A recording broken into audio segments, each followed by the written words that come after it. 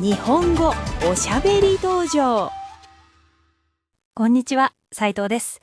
今日は金曜日ですね。こんにちは、伊藤です。はい、明日は土曜日です。斉藤さん、明日は仕事をしますか？いいえ、明日は休みです。私は土曜日と日曜日は仕事をしません。伊藤さんはどうですか？私も休みです。嬉しいですね。斉藤さんは週末は何をしますか？私は大抵家で本を読みます。私の趣味は読書です。そうですか。読書はいいですね。どんな本が好きですか？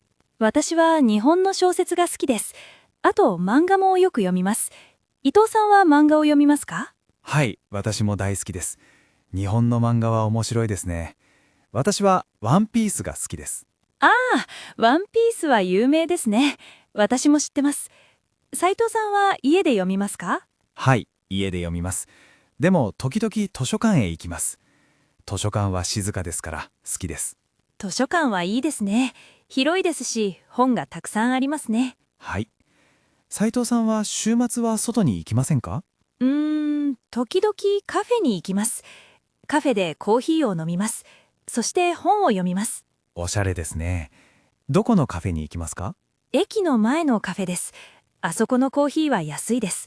そしてとても美味しいですよ。そうですか。私はコーヒーが好きですから今度行ってみたいです。いいですね。一緒に行きましょう。伊藤さんの趣味は何ですか？私の趣味は料理です。食べることが大好きですから自分で作ります。すごいですね。どんな料理を作りますか？カレーやハンバーグを作ります。あとパスタもよく作りますよ。美味しそうですね。料理は難しいですか？最初は難しかったです。でも今は楽しいです。YouTube で作り方を見ます。なるほど。YouTube は便利ですね。はい。斉藤さんは料理をしますか？私はあまりしません。